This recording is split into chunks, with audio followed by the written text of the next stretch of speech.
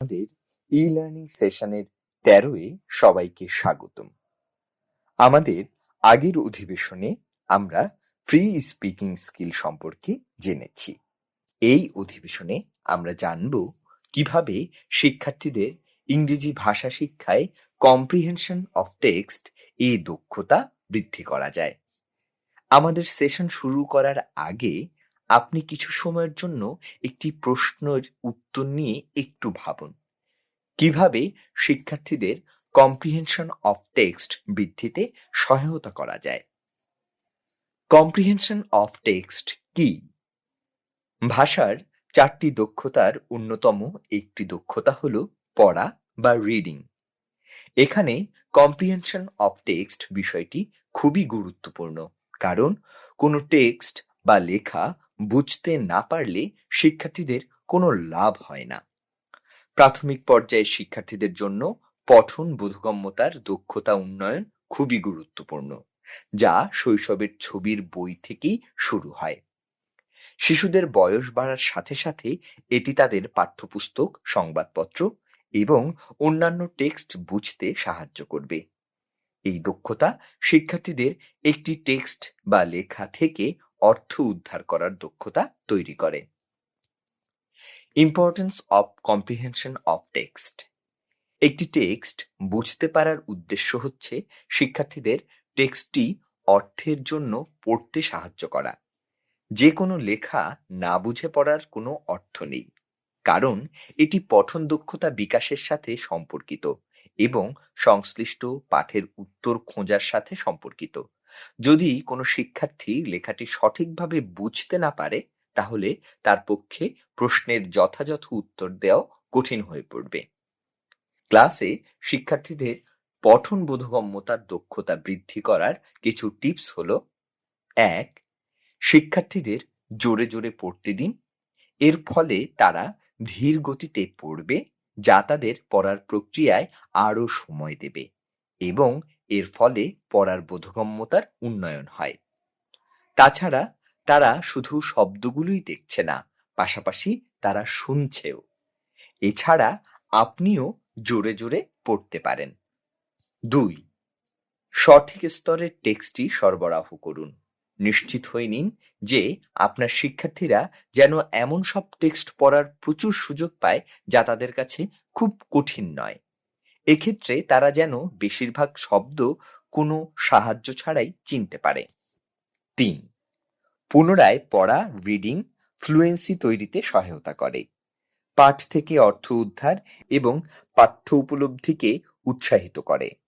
শিক্ষার্থীদের দ্রুত এবং সহজভাবে পড়তে হবে, যা হলো একটি দক্ষতা, এবং এটি রিডিং ফ্লুয়েন্সি নামে পরিচিত।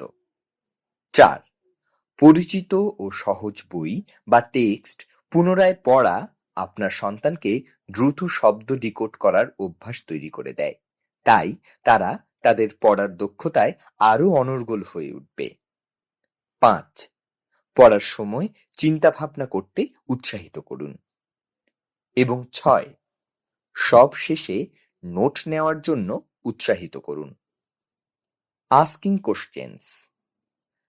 পাঠ উপলব্ধি তৈরি করতে শিক্ষার্থীদের পাঠের একটি উদ্দেশ্য নির্ধারণ করা আবশ্যক।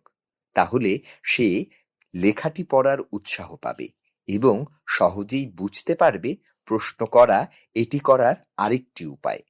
উদাহরণস্বরূপ, টেক্সট পড়ার আগে, What are you interested in about this book? What doesn't interest you? Text পড়ার সময়, What's going on the book? What do you think what will happen next? Text পড়ার পর, Can you summarize the book? What did you like about it? What other books does it remind you of? যেহেতু কিছু বৈশিষ্ট্য লেখাকে আরো সহজে বোধগম্য করে তোলে, তাই শিক্ষক পড়তে শেখা শিক্ষার্থীদের সেই বৈশিষ্ট্যগুলি বুঝতে সাহায্য করতে পারে। এতে তারা কার্যকরভাবে টেক্সটটি বুঝতে পারে। শিক্ষক টেক্সটের কাঠামো, যথাযথ টেক্সট নির্বাচন এবং স্বাধীনভাবে নিয়মিত পড়ার সুযোগ করে দিতে পারেন। টেক্সট সম্পর্কিত সৃজনশীল প্রশ্ন জিজ্ঞেস করুন বা লিখুন, যাতে শিক্ষার্থীরা টেক্সটটি স্কিমিং বা স্ক্যান না করে বোঝার জন্য টেক্সটটি পড়তে পারে। এক্ষেত্রে হ্যাঁ বা না প্রশ্ন এড়িয়ে চলাই ভালো। Activities to follow in the classroom. ক্লাসে যে অ্যাক্টিভিটিগুলো অনুসরণ করতে পারেন তা হলো: 1. নতুন শব্দের সাথে পরিচয় করানো। 2. টেক্সট সম্পর্কিত কোর্স বইয়ের ব্যবহার। 3. ছবির ব্যবহার করে প্রশ্ন জিজ্ঞেস করা এবং উত্তর দেওয়া। 4. জোরে জোরে পড়া। 5. নীরবে পড়া। 6. while reading activity এর সময় প্রশ্নের সেট তৈরি করা, যেমন MCQ, fill in the gaps, matching, answer, short questions. 7. পাঠ্যের সারাংশ বর্ণনা করা। আপনি কি অ্যাক্টিভিটিটি উপভোগ করেছেন? আপনি কি মনে করেন এই অ্যাক্টিভিটিটি শিক্ষার্থীদের সাথে অনুশীলন করতে পারবেন? আপনি কি মনে করেন এই অ্যাক্টিভিটিতে কোনো পরিবর্তন দরকার? আপনি এই কাজটি কিভাবে করতে পারেন সে সম্পর্কে নোট নিন। আজকের সেশনটি এখানেই শেষ হলো। আশা করি আপনি কম্প্রিহেনশন অফ টেক্সট সম্পর্কে অনেক কিছু জানতে পেরেছেন, যা ক্লাসে শিক্ষার্থীদের আত্মবিশ্বাসের সাথে ইংরেজি শেখাতে সহায়তা করবে। ধন্যবাদ।